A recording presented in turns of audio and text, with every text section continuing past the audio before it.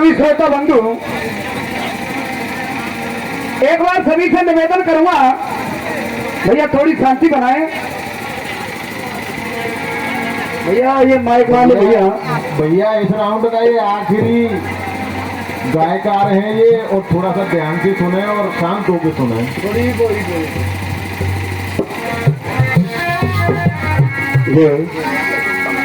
Hello, ये तृतीय दौर आपके सामने अभी चल रहा है। अच्छे अच्छे कलाकार आपके बीच में मौजूद भी हैं। भजनलाल जी, समय बहुत कम है और काम बहुत ज्यादा चल रहा है।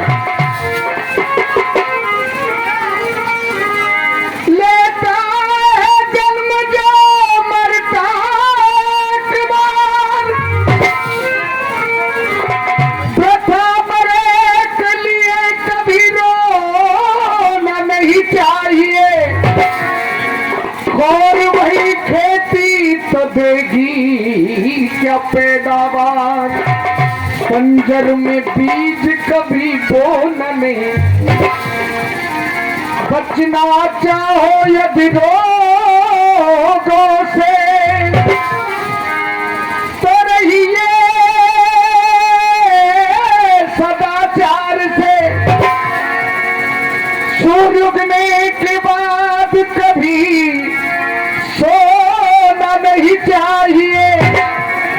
खेत कभी गोरेलाल विचार कर देखो, विषयों को इंद्रियों में कभी खोना नहीं।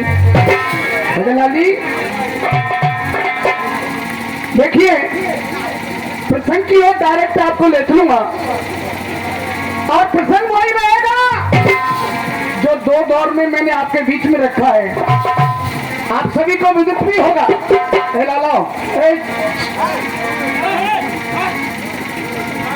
पंडित महाराज ऐसा मत करो भाई। हाँ, जब बात करनी तो बेटा तो चले जाओ। आप ध्यान को जुटाइए। कभी ना दौलान बड़ी सुंदर कहिए, बेशक लटका लो बरमाला, बेशक लटका लो बरमाला, बिन सजनी के सजन नहीं होता। एक झूठ बोलने वाले की बातों में वजन, मजबूत इरादे किए बिना व्यसनों का सजन नहीं होता। और दिन रात फिराओ माला को बिन भाव के भजन। जब तक भाव नहीं बनेगा तब तक कुछ आनंद नहीं आ सकता। भजनलाल जी, वो सुंदर नारी के चक्कर में आज भीमसेन फंस गया है। पहले वो सुंदर स्त्री तालाब के अंदर चली गई, पीछे से बलि भीम भी कूद पड़े। जाकर के क्या देखा? सोने के महल बने हुए हैं। सोने के महलों को देखता हुआ बलि भीम आगे की ओर बढ़ा। दोनों का मिलान हो गया। उस सुंदर स्त्री ने क्या काम किया? ध्यान धर सुन लिया श्रोता, और कोई मंत्र दिया, मार भीम को बना दिया। बलि भीम को तोते का रूप दे दिया। गया तो था कंगन लेने के लिए, लेकिन सुंदर स्त्री के पिंगल में ऐसा फंस गया। 6 महीने हो गए बलि भीम को, अभी लौट करके वापिस नहीं आया। धर्मराज को बड़ी चिंता हुई है। धर्मराज ने अपने छोटे भाइयों को अपने पास में बुलाया और उनसे पूछा, भैया और ये क्या रुपए पंडित महाराज की ओर से बहुत बहुत धन्यवाद। धर्मराज ने कहा, नकुल सहदेव और अर्जुन को बुलाया, 1 नहीं 2 नहीं 6 महीने हो गए, बलि भीम अभी लौट करके वापिस नहीं आया। हाँ सजनों, नकुल और सहदेव चले, संग अर्जुन सो बंधारिया और सबरी बनी ढूंढ लई, पर न मिलो भीम बलु। खाली हाथ लौट आए तीनों, फिर धर्म से जवाब सुनाया और ना हमको मझलो भैया। कहीं कोई ठिकाना नहीं मिला उसका। धर्मराज ने कहा, उसको ढूंढने के लिए मैं जाऊंगा, तुम्हारे बस की बात नहीं है। अब धर्मराज जा रहे हैं। ये कहानी बड़ी विचित्र कहानी है। धर्मराज ने अपना रूप चेंज किया और कैसे जा रहे भैया? धरे संत को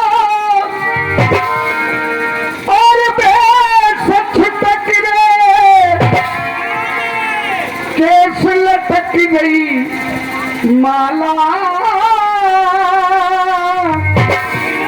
गयो धर्म ताल पे आई बात न कुंती को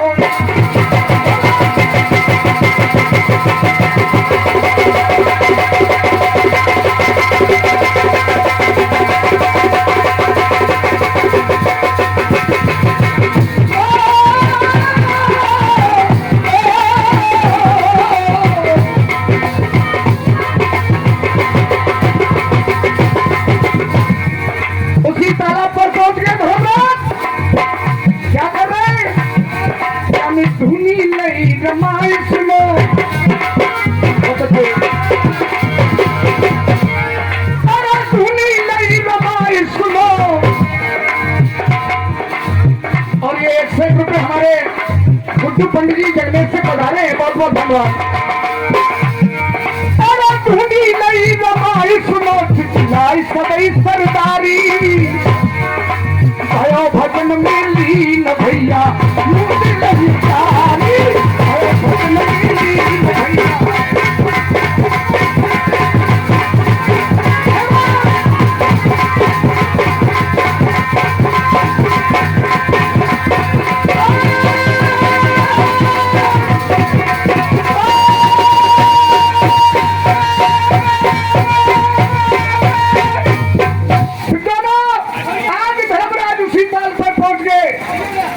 हुआ क्या?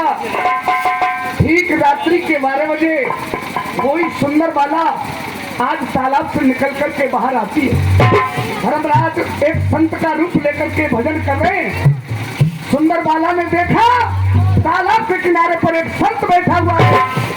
संत को देखते ही संत के पास में पहुंची, पूछने लगी, बाबा, अरे बाबा, आप यहाँ क्या कर रहे हो? धर्मराज ने आंखें खोल करके देखा तो एक सुंदर स्त्री उनके सामने खड़ी है। हरिलाल जी, सुंदर स्त्री को देख करके धर्मराज ने कहा, बेटी, मैं अपनी बात तो तुझे पीछे बताऊंगा, पहले तुझे बताना होगा तू कौन है। आज जब ये बात कही है, कह रहे संत बता दे बाला, तू कौन भूपति जाइए और क्या है बेटी नाम तुम्हारा, तू कुआरी है के? इच्छा पूरी होगी तेरी, आज शीश दम में टोकू और अपना भेद बता दे। तुझे अपना भेद बताना होगा, तू कौन है या क्या कर रही रात्रि के बारे में? भैया क्या जवाब मिला है?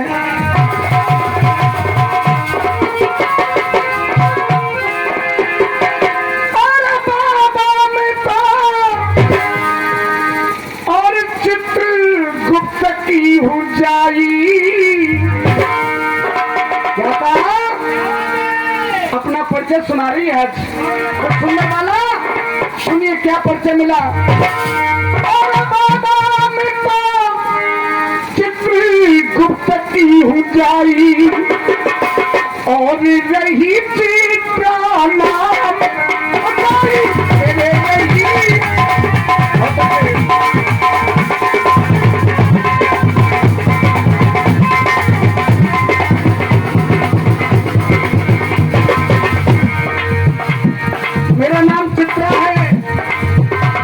का नाम चित्रगुप्त है।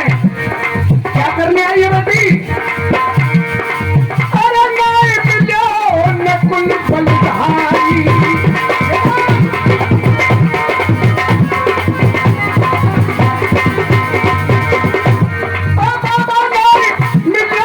नकुल बलधारी, मैं तो अब तक जोड़ू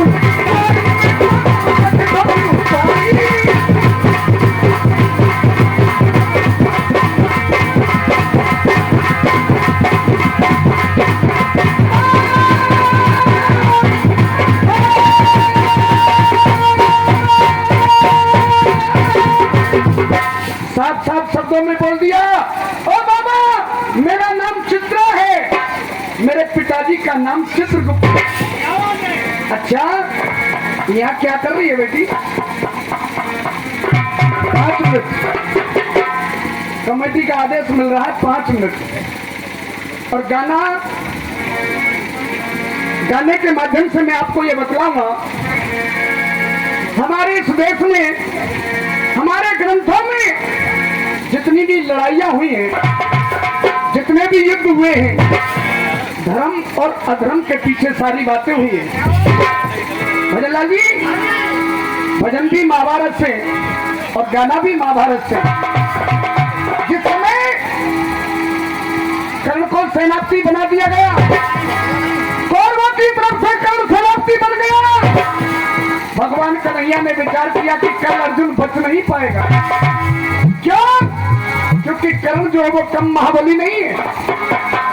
गोविंद ने विचार किया कि इसको बचाना तो मेरा कर्तव्य है, इसको मैं बचाऊंगा, क्योंकि मैं इस समय इसका ड्राइवर हूं, इस समय इसका साथी हूं। गोविंद जैसे ही अर्जुन को रणभूमि में लेकर के पहुंचे, सामने से कर्ण चला रहा है। कर्ण ने जैसे ही रथ को आगे की ओर लिया, कर्ण का रथ का पहिया जमीन में धस गया। कन्हैया बोले, अर्जुन तेरे लिए बहुत सुंदर मौका है इस समय, दुश्मन आपत्ति में फंसा हुआ है और जल्दी से धनुष पर बाण को चढ़ा दे और दुश्मन का खात्मा कर डाल। जैसे ही अर्जुन ने धनुष पर बाण को चढ़ाया, कर्ण ने हाथ को ऊपर खड़ा कर दिया। महाराज जी, हेलो हेलो, हम बड़े करो ना, बताओ।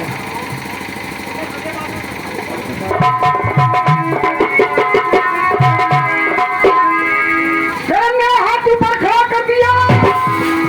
कर्ण बोला, अर्जुन तुझे धर्म की दुहाई है, बाण मत छोड़ देना।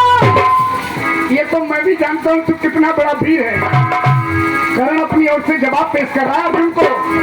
बॉम्बे वालों ने एक प्यारी सी धुन भेजी, वो धुन क्या बोल रही है भैया?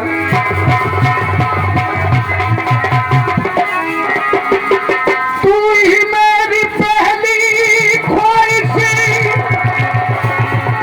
और तू ही आखिरी है, तू मेरी जिंदगी है। ये तो फिल्म वालों की बात है, लेकिन ये जो कलम वाले बैठे हैं, इन्होंने क्या लिखा है? कर्ण बाबा और जो सुन लो, तू क्या महारथी है, तुझको बचाने वाला, और तुझको बचाने वाला वो तेरा सारथी है।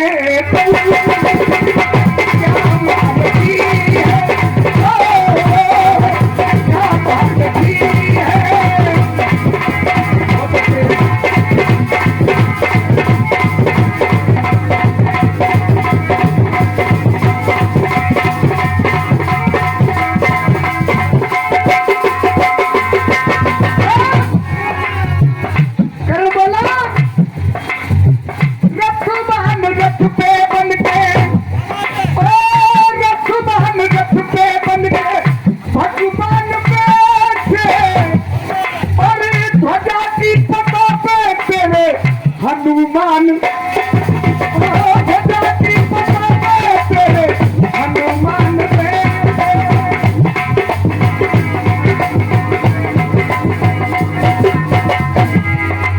ये दो भी तेरी रक्षा में है, वरना तेरी चटनी बना देता। दोनों ही रक्षक तेरे, बहुत अच्छे, दोनों ही रक्षक तेरे, तू तो शरणागति है, तू क्या मानती है, ओ क्या मानती है।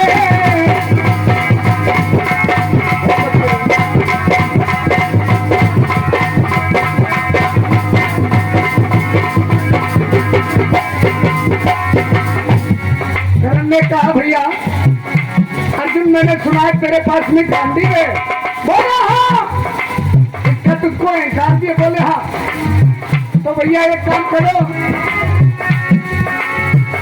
माना पितर कसमी,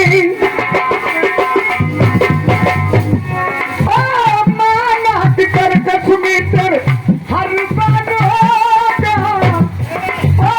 माना पितर कसमी तेरे हर बात होगा, और गांधी धनुष का तुझको अभिमान होगा।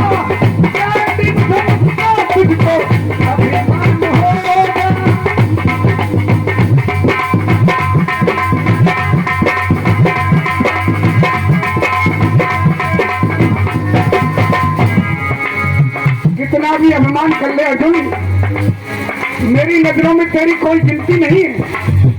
मेरी नजर में तू अर्जुन,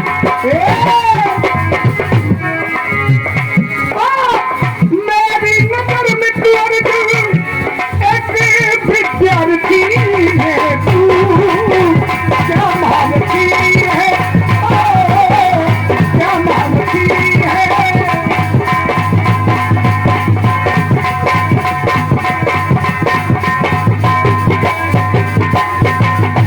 अंतिम बात करण ने ये भी बोल दिया, अर्जुन तेरा कोई बाल वाका नहीं कर सकता। क्यों? क्योंकि साक्षात मुरली मनोहर पे रथ पर बैठा है, जाकर राकेश भाई या मार सके ना, बाल न बात तो कर सके जो जगबेरी। और क्या कहा?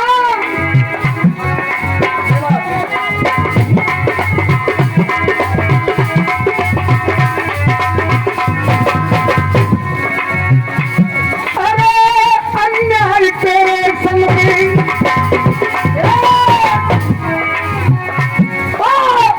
अन्याय तेरे संग में करने न देंगे, अर्जुन कन्हैया तुझको मरने न देंगे, अर्जुन कन्हैया तुझको मरने न।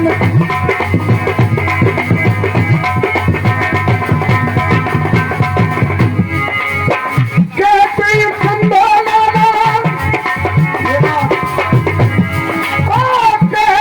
संभाला मानती है तू, क्या मानती है, क्या मानती है।